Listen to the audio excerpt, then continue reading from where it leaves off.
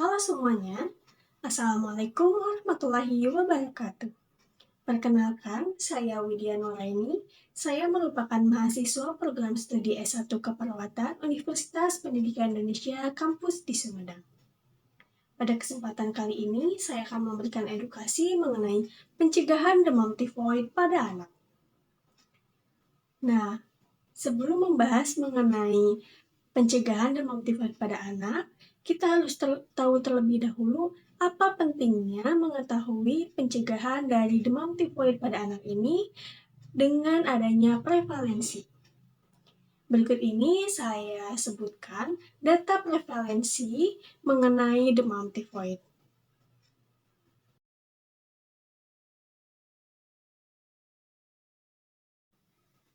Demam tifoid masih merupakan masalah kesehatan yang penting di berbagai negara berkembang. Menurut informasi dari WHO, 128.000 sampai 161.000 kematian tiap tahunnya disebabkan oleh penyakit tifoid. Di Indonesia, kasus tifoid tercatat sebesar 81,7 per 100.000 yang memerlukan perawatan di rumah sakit. Menurut Profil Kesehatan Indonesia pada tahun 2018, tercatat 41.081 kasus tifoid dan paratifoid yang dirawat di rumah sakit, 279 diantaranya meninggal dunia. Berikut merupakan data prevalensi demam tifoid berdasarkan pulau di Indonesia menurut data Riskesdas tahun 2007. Pulau Sumatera dengan prevalensi sebesar 0,45 sampai 1,88%, Pulau Jawa dengan prevalensi sebesar 0,9 sampai 1,28%, Pulau Kalimantan dengan prevalensi sebesar 0,91 sampai 1,31%,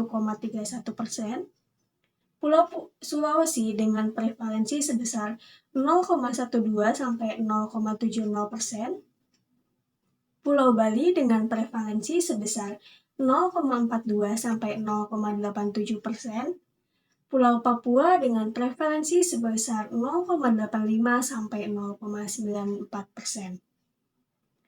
Berikutnya adalah data prevalensi demam tifoid berdasarkan usia menurut data dari Riskesdas tahun 2007. Untuk usia kurang dari 1 tahun, prevalensinya sebesar 0,8%. Usia 1 sampai 4 tahun, prevalensinya sebesar 1,6%. Usia 5 sampai 14 tahun, prevalensinya sebesar 1,9%. Usia 15 sampai 24 tahun, prevalensinya sebesar 1,5%. Usia 25 sampai 34 tahun, prevalensinya sebesar 1,4%. Usia 35 sampai 44 tahun, prevalensinya sebesar 1,4%. Usia 45 sampai 54 tahun, prevalensinya sebesar 1,4%. Usia 55 sampai 64 tahun, prevalensinya sebesar 1,5%. Usia 65 sampai 74 tahun, prevalensinya sebesar 1,5%. Dan usia lebih dari 75 tahun, prevalensinya sebesar 1,6%. Setelah mengetahui data tersebut, kita akan mengetahui juga apa itu demam tifoid dan bagaimana pencegahannya.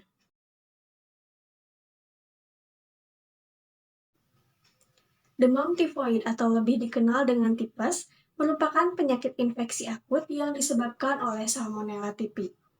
Bakteri ini menyerang sistem pencernaan manusia melalui air atau makanan yang terkontaminasi bahkan ditularkan dari orang yang terinfeksi.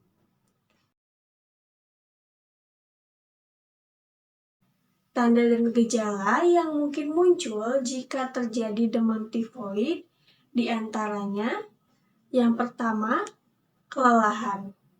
Tubuh merasa cepat lelah tanpa melakukan kegiatan berat. Yang kedua, demam yang terjadi selama 1 minggu bahkan lebih. Yang ketiga, mual. Yang keempat, muntah. Yang kelima, diare. Dan yang keenam, lemas. Tubuh merasa lemas dan kurang bertenaga walaupun sedang beristirahat dan hanya melakukan kegiatan seperti biasa.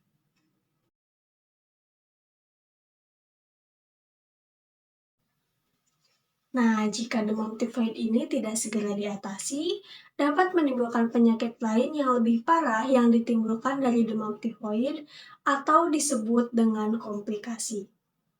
Komplikasi yang dapat terjadi diantaranya yang pertama, timbul bisul dan perdarahan yang mengarah pada perforasi saluran kemih.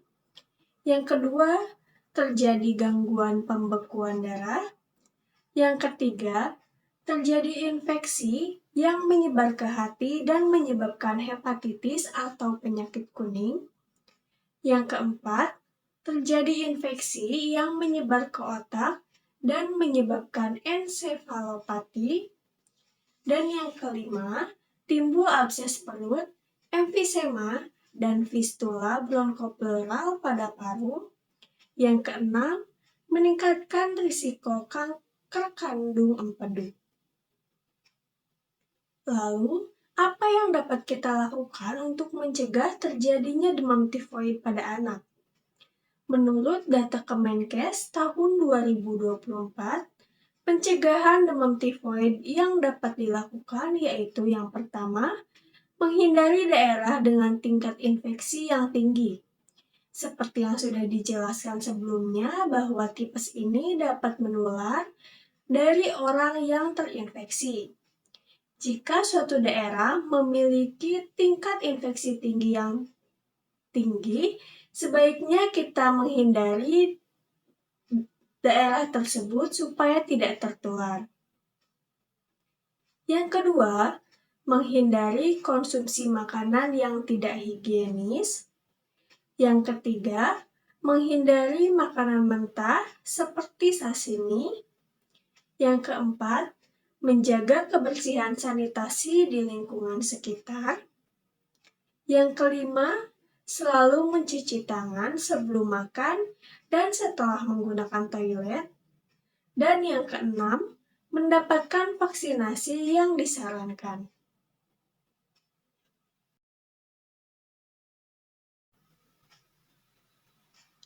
Sekian yang dapat saya sampaikan. Mohon maaf apabila terdapat kekurangan dan terima kasih atas perhatiannya. Wabillahi taufiq wal hidayah. Wassalamualaikum warahmatullahi wabarakatuh.